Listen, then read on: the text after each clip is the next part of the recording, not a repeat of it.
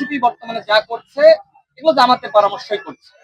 এই জন্য জামাত এবং এনসিপি কে বলবো, যদি এইভাবে আপনারা রাজনৈতিক পরিবেশকে নষ্ট করেন তাহলে কিন্তু তার উত্তম জবাব দেওয়ার জন্য আমরাও প্রস্তুত আছি। আপনারা সরকারের নির্বাচিত মন্ত্রীদেরকে আপনারা গালিগালাজ করবেন আর বলবেন যে আমরা কিছু বলতে পারবো না, এটা তো ভাই হয় না। সরকারের বিরুদ্ধে জামাত এবং এনসিপির যে কোনো চক্রান্ত সেগুলো শক্তভাবেই মোকাবেলা করা হবে। যে ধরনের ঘটনা ঘটেছে দেখেন, সেখানকার যে স্থানীয় এমপি অত্যন্ত জনপ্রিয়, তিনি কারাগারে থাকা অবস্থায় মেয়র নির্বাচিত হয়েছিলেন, তাকে আপনি গালিগালাজ করে ফিরে আসবেন আর সিলেটের জনতা সেটি মেনে নিবে, তো হয় না। আমি বলতে চাই যে এনসিপির উচিত এই মুহূর্তে ইতিবাচক রাজনীতি করা।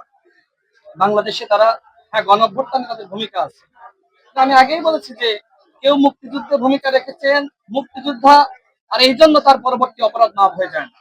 সুতরাং গণঅভ্যুত্থানে আপনি নেতৃত্ব দিয়েছেন, আপনি ভূমিকা রেখেছেন, এই জন্য পরবর্তীতে আপনি যে রাজনৈতিক অপসংস্কৃতি, আপনি যে রাজনৈতিক মাঠকে আপনি গালিগালাজের মাঠে আপনি তৈরি করেছেন, এইটার জন্য ভাই আপনার খেসারত দেওয়া লাগবে। দেখেন, এনসিপি বাংলাদেশে নতুন বন্দোবস্তের রাজনীতির কথা বলে নতুন খণ্ডবস্তের রাজনীতি করছে। আমি তাদেরকে বলবো, গঠনমূলক রাজনীতি করেন।